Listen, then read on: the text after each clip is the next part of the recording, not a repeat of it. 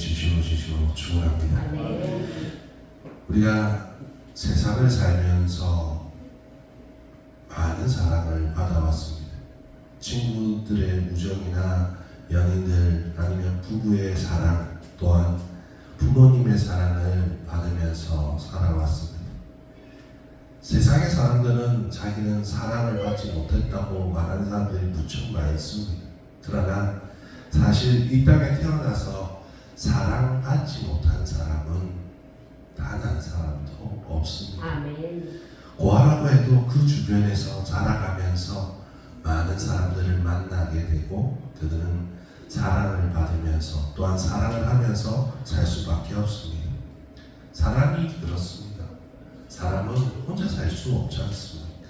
그래서 누구와 살아가든 그 사람들과 정이나 사랑을 나누면서 살아갑니다.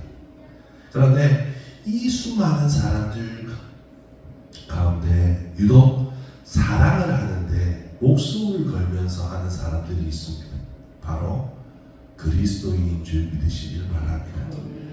역사 가운데 수많은 그리스도인들이 숨어 있습니다.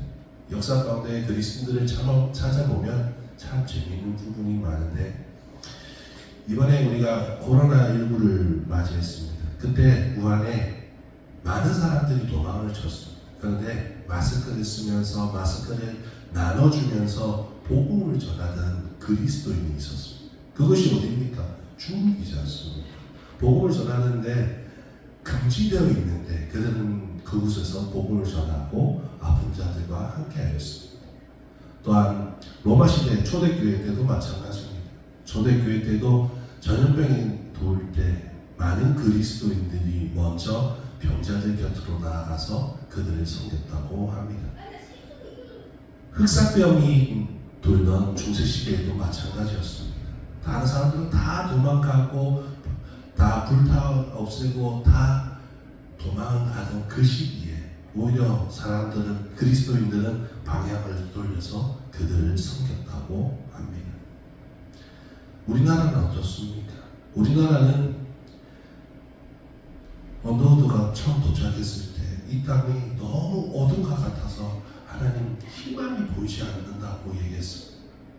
수많은 선교사님들이 희망도 보이지 않는 이름도 모르는 이 조선 땅에 하나님의 사랑을 가지고 이곳에 와서 섬겼습니다.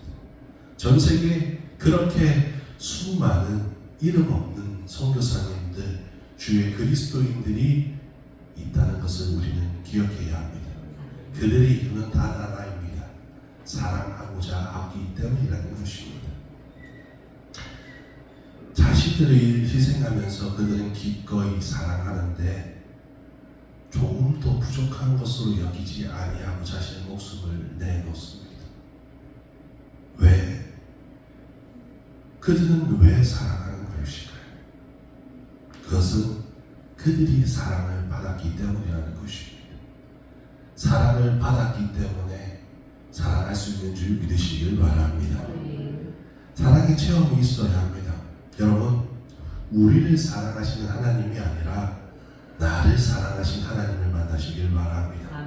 이 나를 사랑하시는 하나님이 아니라 우리에게 먼저 돼야 될 것은 나를 사랑하신 하나님을 만나야 되는 것입니다. 우리 교회가 아니라 나를 먼저 사랑하시는 하나님을 만나시기를 그리고 만나시길 진심으로 축원합니다. 하나님이 우리를 사랑한다는 그 확신이 있다면 세상의 수많은 사람들은 목숨을 내놓으며 사랑할 수 있는 줄 믿으시길 바랍니다. 이 시대를 통해서 이 시대를 어떤 시대라고 얘기합니까? 사랑이 없는 시대, 개인주의자들의 시대라고 얘기합니다.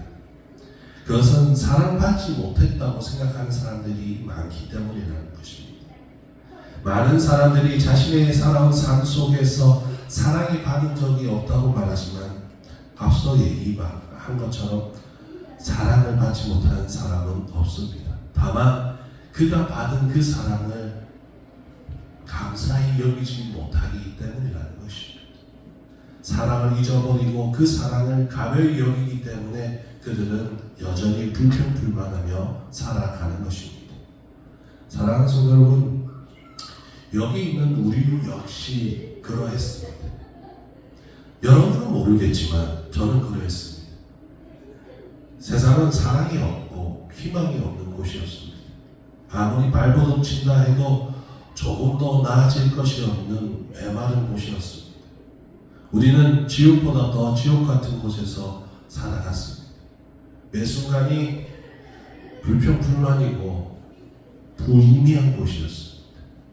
내가 살아가는 그 시간이 무의미한 시간이고 허무한 시간일 뿐이었습니다. 그러나 여러분, 지금 우리의 삶은 어떻습니까? 여전히 우리의 삶은 크게 변한 것이 없습니다. 여전히 우리는 가난하고 무명하고 힘들고 지치기도 합니다. 하지만 우리는 이제 고백합니다. 내 삶은 지옥이 아닌 천국이라고 고백합니다. 변한 것은 없습니다. 내 상황이, 내 환경이 변한 것은 단 하나도 없습니다. 오히려 더 힘들 수도 있어요. 그러나 우리는 천국에 살고 있습니다. 왜냐하면 우리의 위로자 되시고 우리의 방패가 되시고 우리의 힘이 되시고 나를 사랑하시는 예수님과 함께 살고 있기 때문입니다. 그렇기 때문에 우리는 어디 있으나 천국이 되는 줄 믿으시길 바랍니다.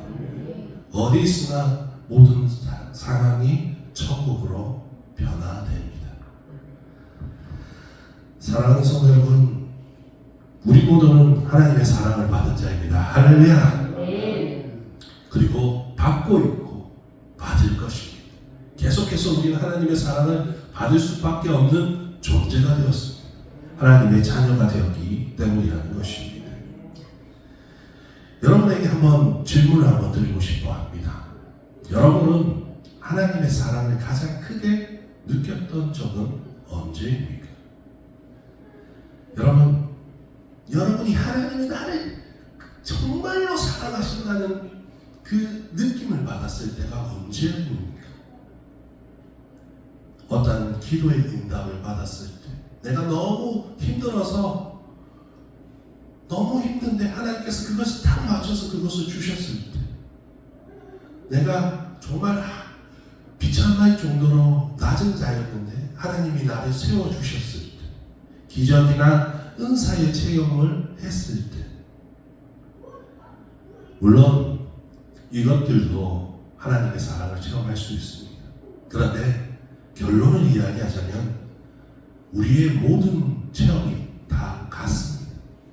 우리가 하나님의 사랑을 가장 크게 느꼈을 때는 누구나 할 것 없이 다 같은 줄 믿으시길 바랍니다. 그것은 그날은 내가 그리스도인이 아니었다가 그리스도인이 된 날입니다. 하나님을 모르던 내가 하나님의 사랑을 깨달은 날인 줄 믿으시길 바랍니다. 내가 죄인임을 깨달으면 깨달을수록, 회개하면 회개할수록 하나님의 사랑이 나의 안에서 가장 크게 느껴진 것입니다. 그날이 바로 우리의 생애 가장 큰 은혜의 날이고 가장 사랑받는 나로서의 존재를 보게 된 날인 줄 믿으시길 바랍니다. 다윗 왕이 있습니다. 다윗 왕은 우리가 잘 알다시피 언제나 하나님과 함께 하셨고 하나님 앞에 복 받으셨고 하나님이 세우신 날입니다. 그 다윗이 하나님의 사랑을 가장 크게 느낀 날은 어떠한 날이었을까요? 골리앗과 전쟁을 했을 때, 그가 돌멩이로 승리했을 때, 아니면 사울 왕이나 자신의 아들 압살롬이 자신을 죽이려고 했을 때 도망쳤다가 다시 돌아왔을 때, 이스라엘의 모든 땅을 정복했을 때가 그가 가장 하나님의 사랑을 느꼈을까요? 우리는 다윗의 목적을 알고 있습니다. 다윗은 그의 중심 우리아의 아내 바세바를 당하였습니다. 하나님은 선지자 나단을 통하여서 그를 책망하셨고, 그는 자신의 잘못을 깨달으면서 눈물로 침상을 띄우며 회개합니다. 시편 6편 6절에 내가 탄식함으로 피곤하여 밤마다 눈물로 내 침상을 띄우며 내 요를 적시나이다. 그는 하나님 앞에 철저하게 회개하였습니다. 여러분, 그가 하나님 앞에 회개한 그날은 그의 인생 가운데 하나님을 가장 두렵게 만난 날이었을 것이고, 또한 하나님께서 그를 용서해 주셨다는 것을 알고 가장 크게 하나님의 사랑을 체험한 날이라는 것입니다. 하나님은 그의 회개를 보셨고 진심을 보셨고 그에게 솔로몬이란 아들을 주셨습니다. 이 솔로몬의 다른 이름이 하나 있습니다. 여디디아라는 이름이 있습니다. 사무엘하 12장 25절에 선지자 나단을 보내 그 이름을 여디디아라 하시니 이는 여호와께서 사랑하셨기 때문이라 하십니다. 사랑하는 성도 여러분, 이 여디디아는 여호와께 사랑을 입었다는 뜻입니다. 솔로몬의 이름이지만 한편으로는 다윗에게 하나님께서 내가 너를 사랑한다는 표현의 방법이라는 것입니다. 반면 사울왕이 있습니다. 사울왕은 역시 하나님의 사랑을 받았지만 하나님 앞에 죄를 지었고 책망을 받게 됩니다. 그때 그는 하나님 앞에 돌이키는 것이 아니라 사람들 앞에서 자신의 가오가 보여질까봐 두려워서 그 잘못을 숨기는 데 급급했고 진심으로 회개하지 못했습니다. 이것이 다윗과 사울왕의 차이라는 것입니다. 여러분, 우리는 죄인 중에 괴수인 줄 믿으시길 바랍니다.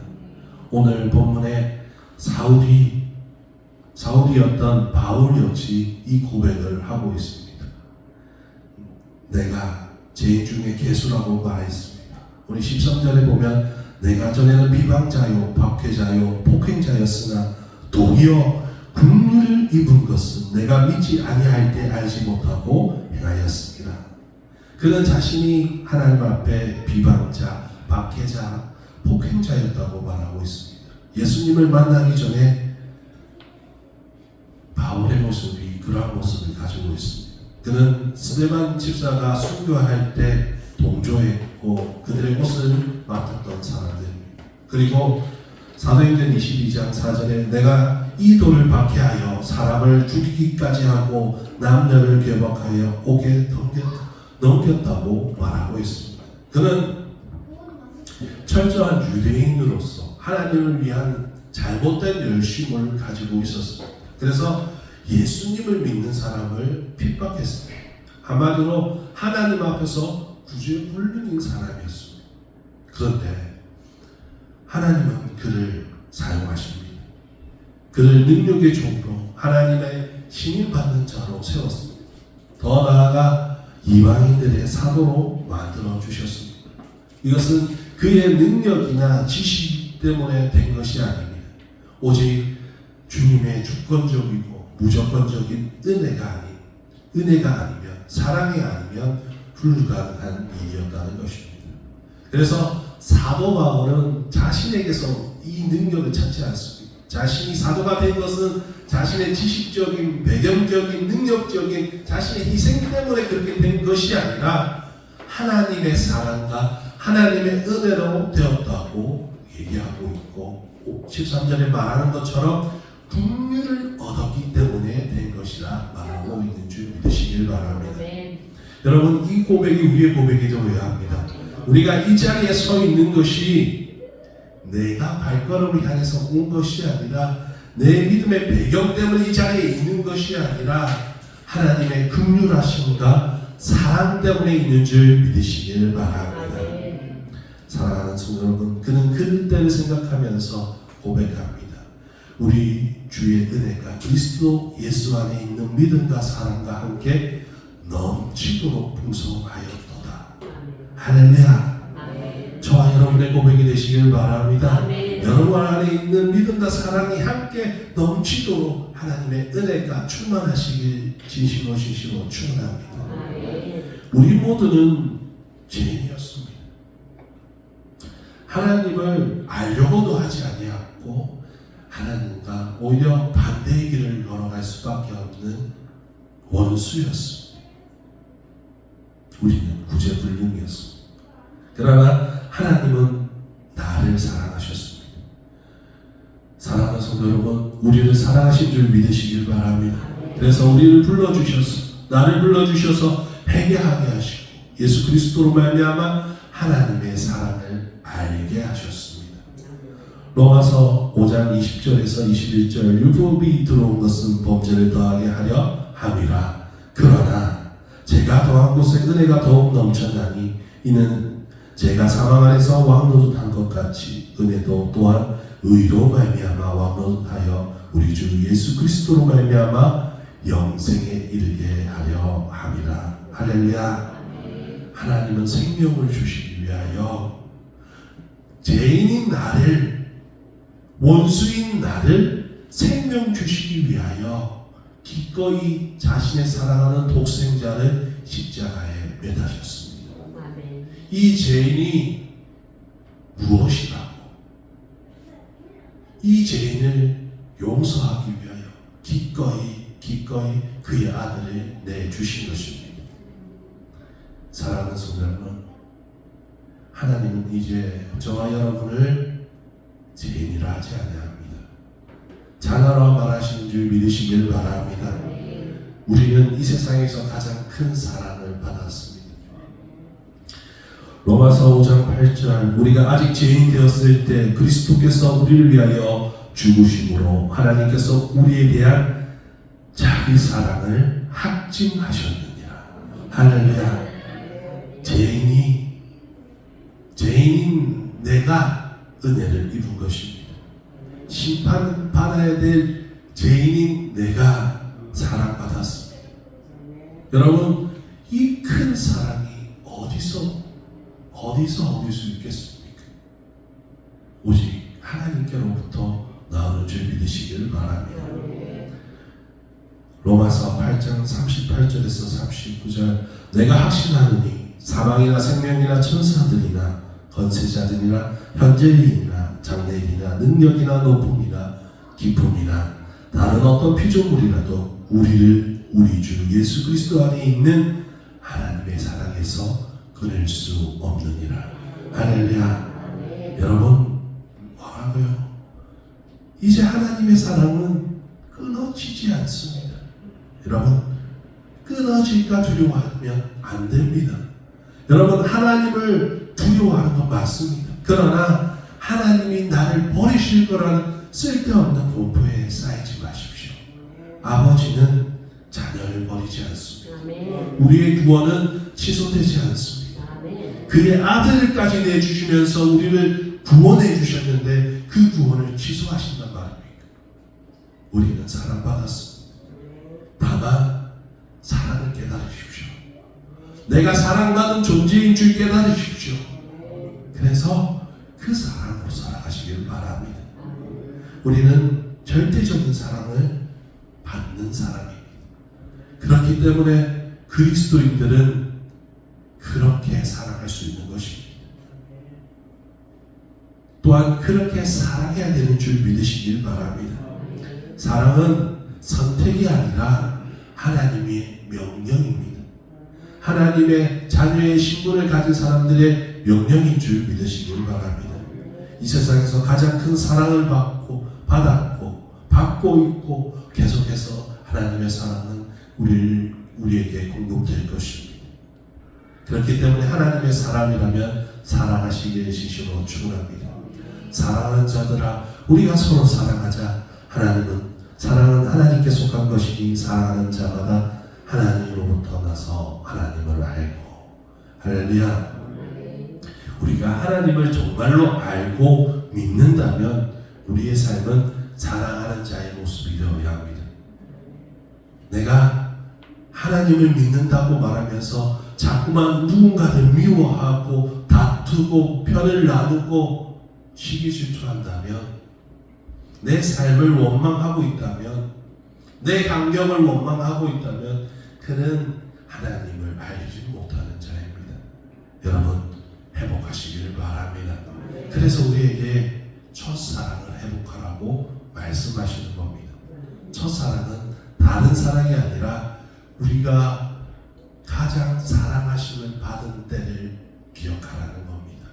그 은혜를 기억하고 그 간격을 기억하고 그 사람을 기억하여 살아가라는 것입니다.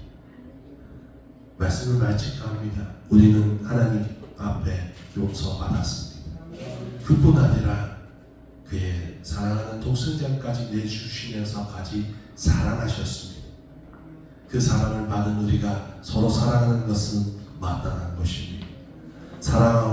우리가 서로 사랑함으로 우리를 통하여 하나님의 사랑이 전해지시기에 진심으로 축원합니다. 기도하겠습니다.